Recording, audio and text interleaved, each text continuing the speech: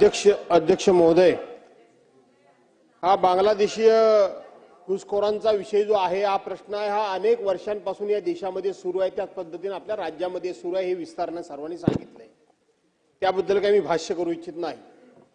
परंतु सन्माननीय गृहराज्यमंत्री ज्या घुसखोर बांगलादेशीयांसंदर्भात या ठिकाणी उत्तर देत आहेत, त्यांना मला एक प्रश्न विचारायचा आहे की 3 ऑक्टोबर 2024 रोजी एक मोहम्मद इद्रिस शेख नावाचा बांगलादेशी नागरिक याला रत्नागिरीच्या पोलिसांनी मुंबईमध्ये अरेस्ट केली आणि मुंबईमधून अरेस्ट करून त्याला ज्यावेळेला रत्नागिरीमध्ये ते घेऊन गेले, त्यावेळेला या मोहम्मद इद्रिस शेखला तिथला रहिवासाचा दाखला हा तिथल्या शिरगाव ग्रामपंचायतीने दिला, हे आपल्याला माहित आहे का? एक आणि मग शिरगाव ग्रामपंचायतीने दिल्यानंतर हा जो बांगलादेशी नागरिक आहे, हा याचा जन्मदाखला कुठे? तिथला रहिवासाचा दाखला हा मिळाला, जन्मदाखला कुठे? तर त्याचा जन्मदाखला मिळाला चिपळूणमध्ये, जिथे आपण राहतो तिथं।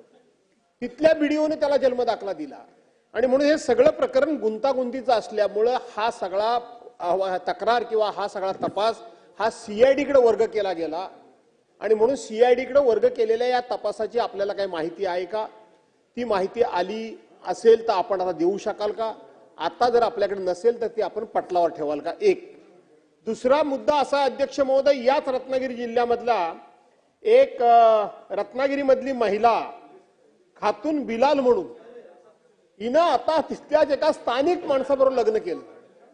आता स्थानिक माणसाबरोबर लग्न केल्यामुळे ती आता तिथली रहिवासी झाली आणि ती रहिवासी झाल्यामुळं खरं सांगायला गेलं तर ती सुद्धा दाखला अशा पद्धतीने चिपळूणमधूनच घेऊन गेलेली दाखला ती आहे आणि म्हणून अशा पद्धतीने खोटे दाखले देण्याची लिंक ही आपल्या रत्नागिरी जिल्ह्यामध्येच कुठे तयार झाले का? बाहेर शोधण्यापेक्षा आपल्याला हे शोधावं लागेल आणि म्हणून आपल्या रत्नागिरी जिल्ह्यामध्ये तयार झाले का? मी ज्या गुहागर मतदारसंघाचं प्रतिनिधित्व करतो त्या तळीवर सुद्धा अशाच पद्धतीने बांगलादेशी रहिवासी मिळाले आणि म्हणून मुंबई पुण्यासारख्या मोठ्या शहरामध्ये हे बांगलादेशी नागरिक मिळत आहेत, तशाच पद्धतीने आपल्यासारख्या ग्रामीण भागामध्ये छोट्या भागामध्ये हे बांगलादेशी नागरिक मिळत आहेत। या नागरिकांची शोध मोहीम आपण स्वतंत्रपणे घ्याल का? आणि मगाशी सांगितल्याप्रमाणे आपल्याकडे ती माहिती नसली तर आपण ती पटलावर ठेवाल का? आणि मगाशी सांगितल्याप्रमाणे कोर्ट सांगत नाही तोपर्यंत आपण त्यांना डिपोर्ट करत नाही, म्हणजे बांगलादेशीयांना हे सांगितलं।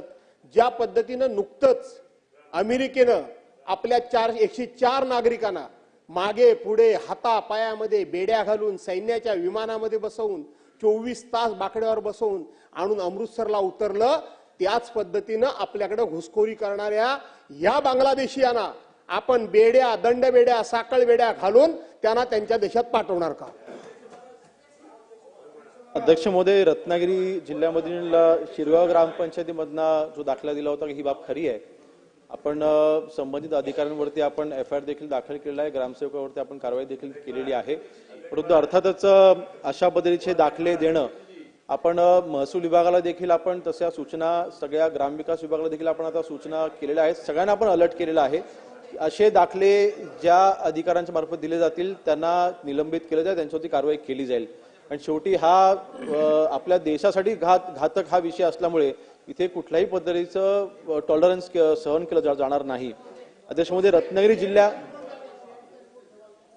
नाही, सीआयडीचा रिपोर्ट नक्कीच आम्ही सीआयडीचा पूर्णपणे जो रिपोर्ट आला सादर झाल्याच्या नंतर आम्ही तो पटलावरती नक्कीच ठेवू, तो आपल्याला देखील आम्ही तो उपलब्ध करून देऊ। अध्यक्ष महोदय, दाखल्यांच्या बाबतीत नक्कीच मी मगाशी म्हटल्याप्रमाणे आपण तिथे आपण सतर्क आहोत। आपण अमेरिकेमध्ये जे आपल्या मुलांना, तरुण मुलांना आणि आपल्या नागरिकांना जी वागणूक दिली त्याबद्दल आपण इथे उल्लेख केला आहे। नक्कीच त्या बाबतीमध्ये आपल्या देशाचे पंतप्रधान नरेंद्र मोदी साहेबांनी सक्षमपणे तो विषय हाताळलेला आहे, परंतु अमेरिकेने केलं म्हणून आपण तिथे करणार? शेवटी आपला कायदा हा आपला कायदा आहे आणि त्यानुसार आपल्याला शेवटी तिथे आपल्याला कारवाई करावी लागते। परंतु अर्थातच बांगलादेशींच्या बाबतीमध्ये कारवाई करत असताना आपल्याला ज्या अडचणीला सामोरे जावं लागतंय ही सगळी माहिती आपण केंद्रीय गृह मंत्रालयाकडे आपण दिलेली आहे। विशेषतः आपल्याला डिपोर्टेशन हे कमी प्रमाणात होत आहे। अटक जरी 400, 500 आणि 600 लोकांना आपण अटक केल्याच्या नंतर फक्त 20-25% लोकांना आपण हद्दपार करू शकतो, ही फार गंभीर बाब आहे। आणि हे लोक कारण डॉक्युमेंटेशनचं आपण फेक डॉक्युमेंट आहे हे आपण प्रूव्ह न करू शकल्यामुळे, कारण हे डॉक्युमेंट सगळे पश्चिम बंगालमध्ये घेतले जात आहेत, त्यामुळे सगळे बेलवरती काही लोक देखील बाहेर पडत आहेत। नक्कीच ही गंभीर बाब आहे। या बाबतीमध्ये केंद्रीय गृह मंत्रालयाची देखील आपण मदत घेऊन त्यांच्यावरती आपण कारवाई करतो।